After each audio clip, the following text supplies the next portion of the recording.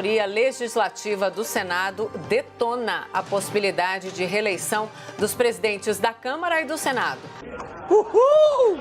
Davi Alcolumbre e Rodrigo Maia articulam ali fortemente a reeleição. E uma proposta apresentada pela senadora Rose de Freitas abre essa possibilidade. Isso é uma vergonha. O assunto também é discutido em ação no Supremo. E o tema de hoje é: a reeleição para o comando da Câmara e do Senado deve ser decidida na Justiça? Não, eu não tô louco! Eu não tô louco! Como é que pode? Os nossos debatedores são Bruno Salles, advogado mestre em Direito Penal. Boa noite, Bruno. Boa noite, Mona Lisa. E Caio Coppola, bacharel em Direito e comentarista político. Boa noite, Caio. Mona Lisa, boa noite, doutor Bruno. Boa noite, espectador da CNN. Caio, começamos com você hoje. Suas primeiras considerações, eu espero que não tenha breaking news no meio, porque ontem teve que ser ali, mas eu tenho certeza que você... Foi um susto, Mona Lisa. Mas era a notícia. Vamos nessa, Caio, por favor. Vamos lá.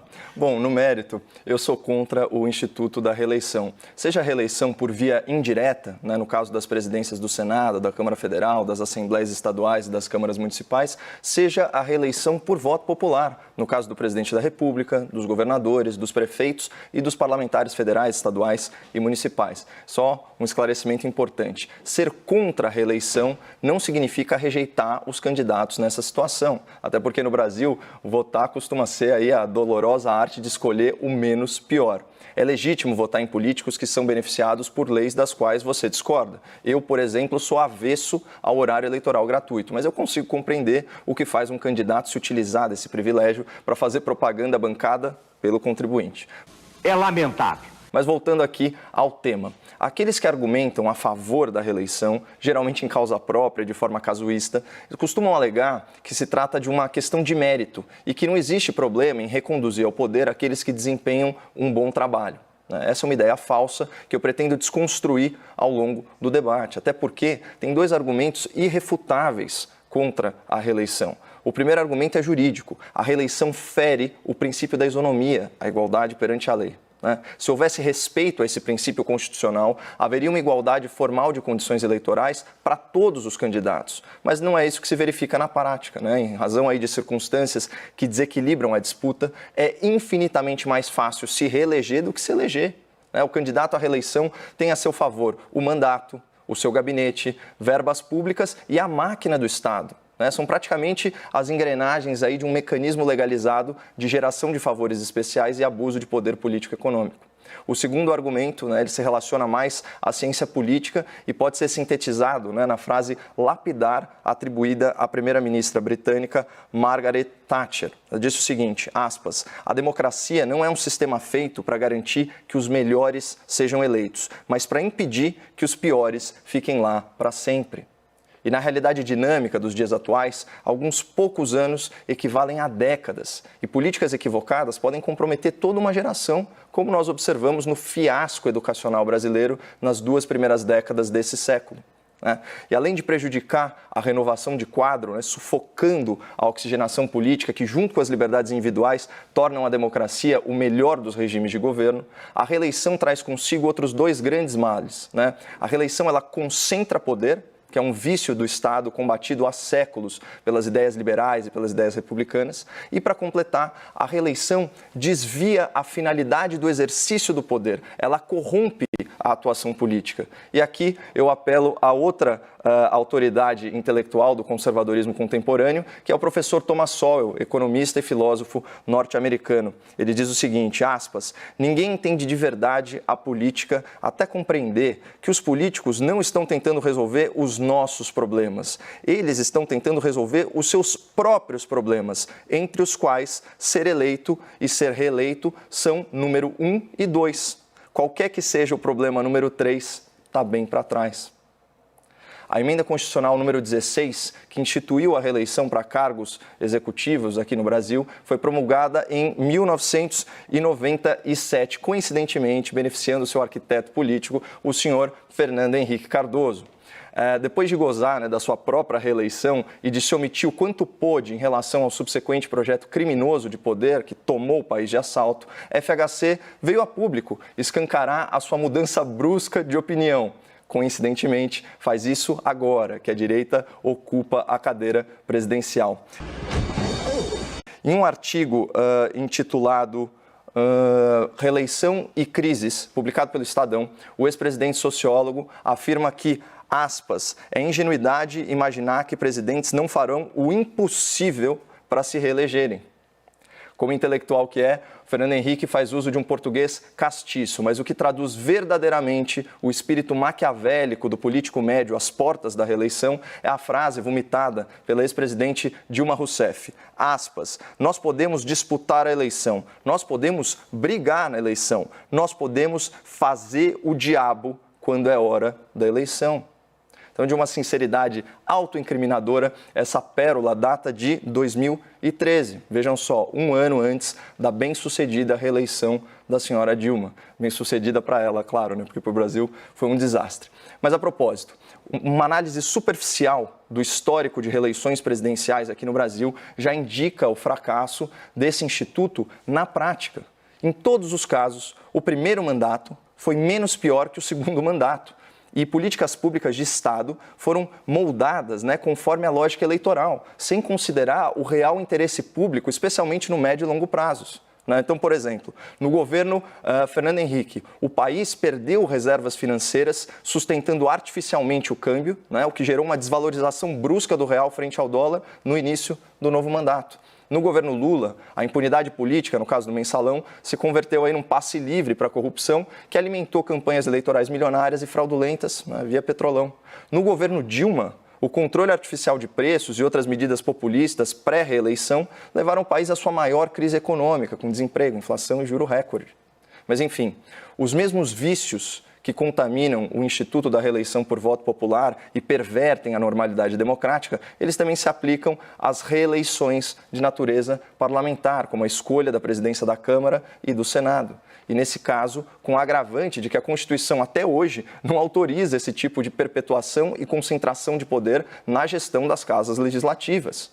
Portanto, quanto ao mérito, eu sou contra a extensão de mandato para o senhor Rodrigo Maia e para o senhor Davi Alcolumbre. Aliás, para quaisquer outros políticos que eventualmente ocupem essas cadeiras. Na minha visão, qualquer extensão ao mandato desses senhores é inconstitucional.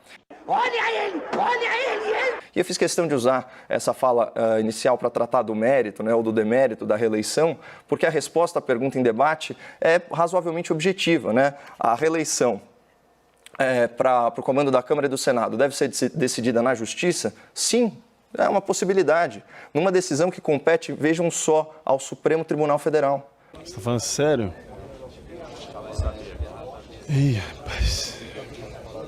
Por incrível que pareça, o STF ele não está aí para se manifestar politicamente, para comparar apoiadores do presidente a nazistas, para travar nomeações legais do Poder Executivo, para inventar regras processuais retroativas, para soltar criminosos condenados em múltiplas instâncias, para censurar matérias da imprensa, para perseguir críticos ou para ofender forças-tarefa do Ministério Público. O Supremo está aí, entre outras coisas, para verificar a constitucionalidade dos atos praticados e das normas promulgadas pelas autoridades federais da República. É esse o caso e nós ficamos aí na torcida por votos e decisões contrárias a essa tentativa oportunista e casuísta de reeleição. Bruno, suas primeiras considerações, por favor. Obrigado, Mona Lisa. Vamos lá, o tema está complicado, está um nó. Eu vou tentar desfazer para a gente poder ir para o debate. Minhas amigas, meus amigos telespectadores, boa noite.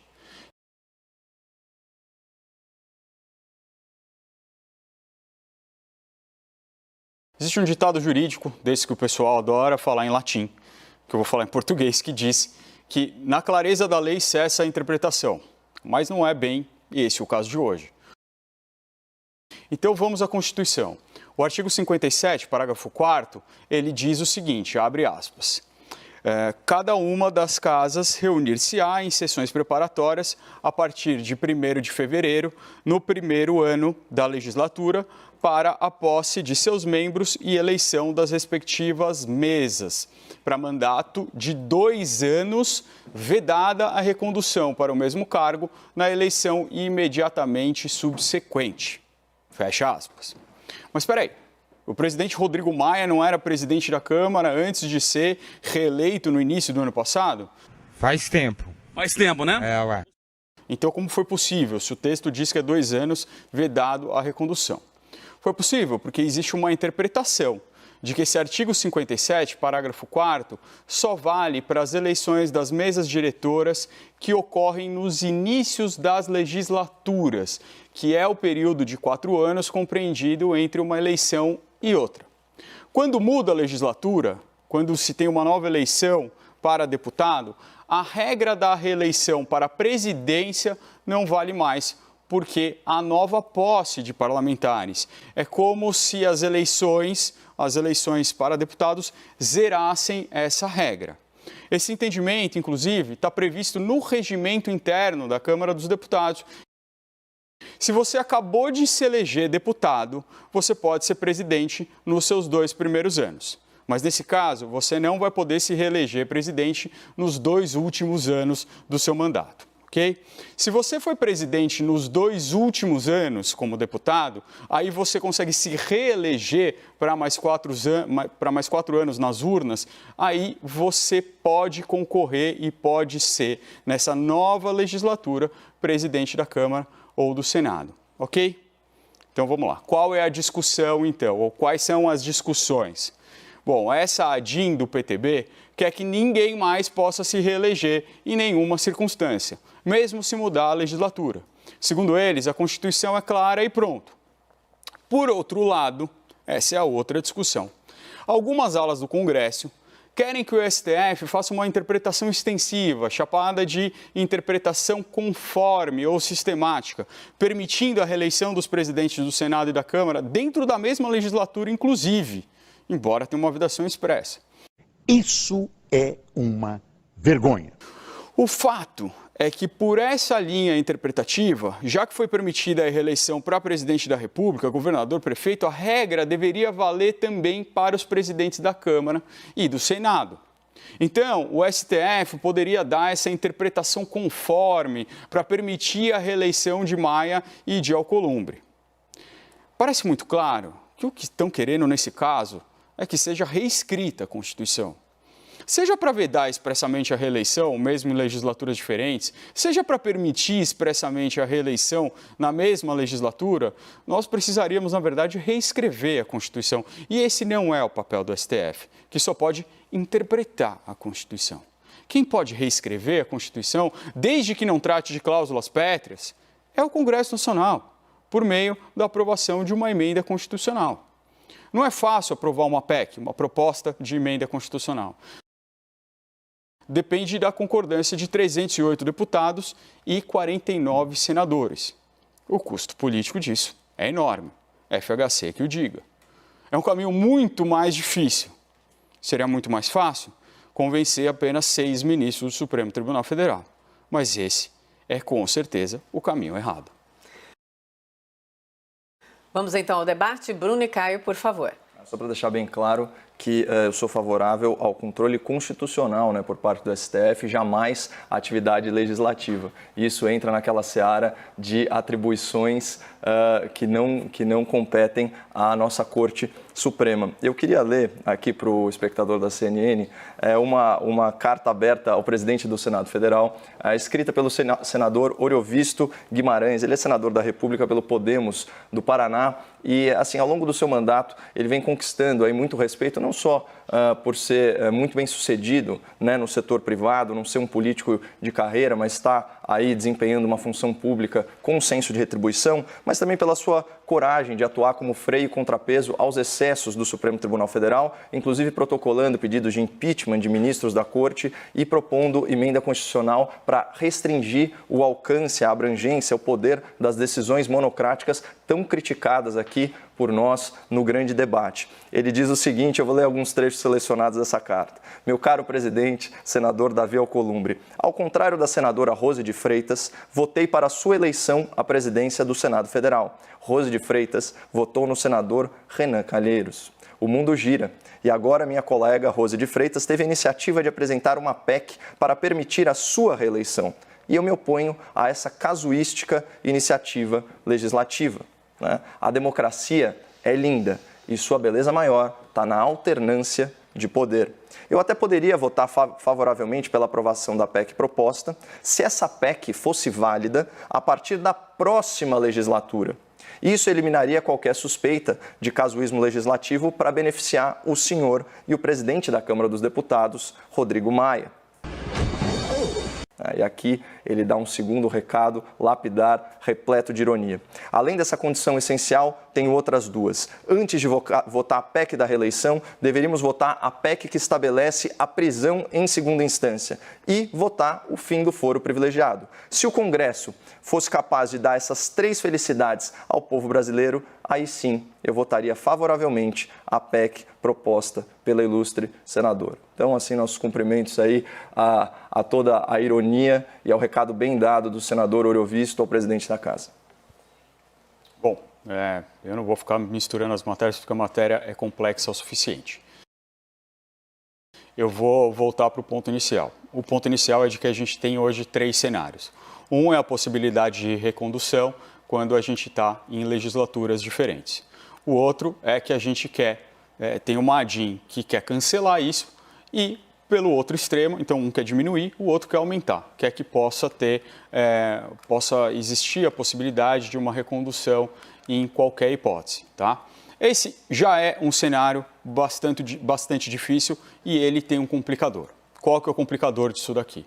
Quando a gente está falando de Câmara dos Deputados, a coisa é um pouco mais redonda, porque você tem eleições de 4 em 4 anos e você tem a legislatura de 4 em 4 anos. No Senado é mais complicado, porque a legislatura, o mandato do senador é de 8 anos e você tem uma eleição que vai renovar 2/3 do Senado e 4 anos depois você vai ter outra eleição que vai renovar mais 1/3 do Senado. Um argumento muito forte que surge hoje em dia no Senado é que essa regra que existe para a Câmara não poderia valer, né? Porque senão um senador teria que esperar 8 anos na sua próxima legislatura para que ele pudesse fazer a sua candidatura novamente para a presidência, a não ser que ele tivesse nos 2 últimos anos do seu mandato de 8. Então não é tão simples. A gente não está falando também de mandato eletivo, eu vou voltar a isso na minha próxima fala, que eu já estourei. Isso muda um pouco em relação à presidência, ao governo.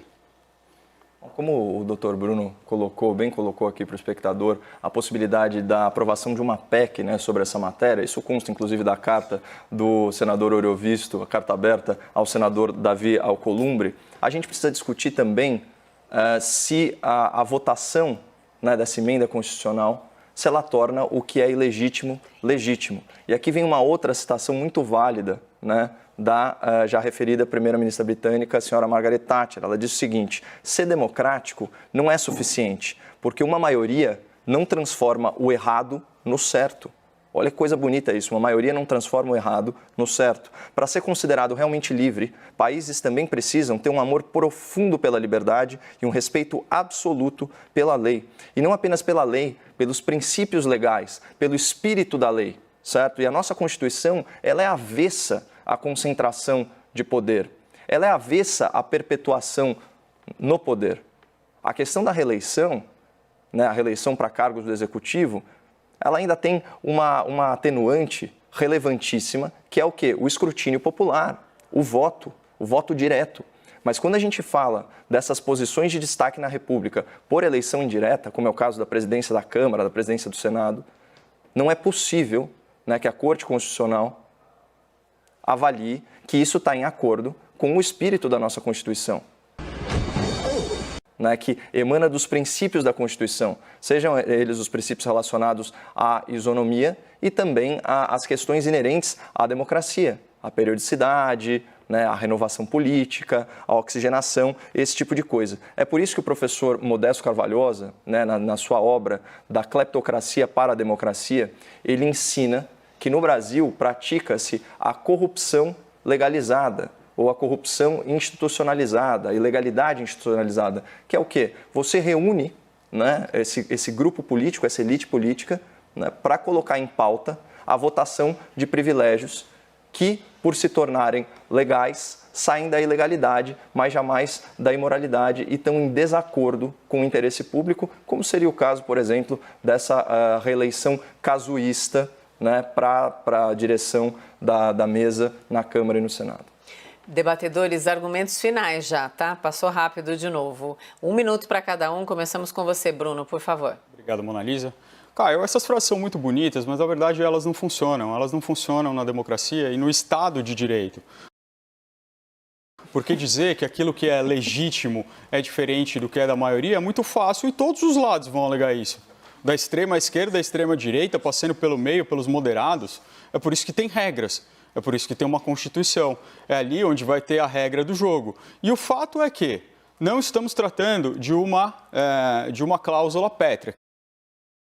Pode, essa é a regra do jogo e vai poder ter a reeleição. Você pode não gostar? Tudo bem, isso não faz ilegítimo. Tem outros setores que podem gostar. Seguiram as regras do jogo, isso é legal, isso é constitucional. E se a gente quiser mudar, a gente vai ao parlamento e tenta passar outra PEC para desreformar. Caio, seus argumentos finais, por favor. Eu estou surpreso, né? Porque aparentemente quem entende de democracia é o Dr. Bruno Salles e não a Margaret Thatcher. Mas é o seguinte, a minha crítica à reeleição,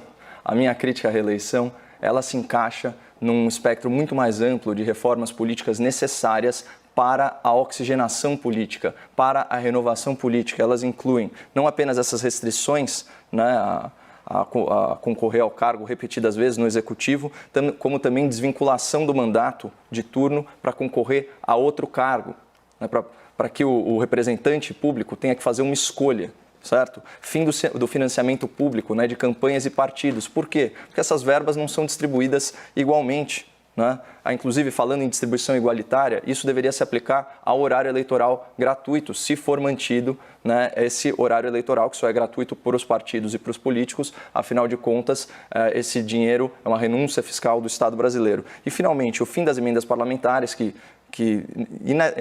invariavelmente, né, geram clientelismo, né, por parte do eleitorado e do parlamentar que beneficia aquela região, e o fim do foro privilegiado, que coloca essas pessoas numa categoria especial, né, beneficiados com impunidade decorrente da morosidade das câmaras superiores. É isso. Obrigada, debatedores. Boa noite, Bruno. Até amanhã. Boa noite, Mona Lisa. E boa noite, Caio. Até amanhã. Boa noite, Mona Lisa. E agora o Caio Junqueira tem um recado antes do boa noite, né, Caio? Isso aí, Mona Lisa. Antes de encerrar, eu quero fazer um convite para você ficar ligado aqui na CNN no domingo e assistir, claro, o novo episódio do Anthony Bourdain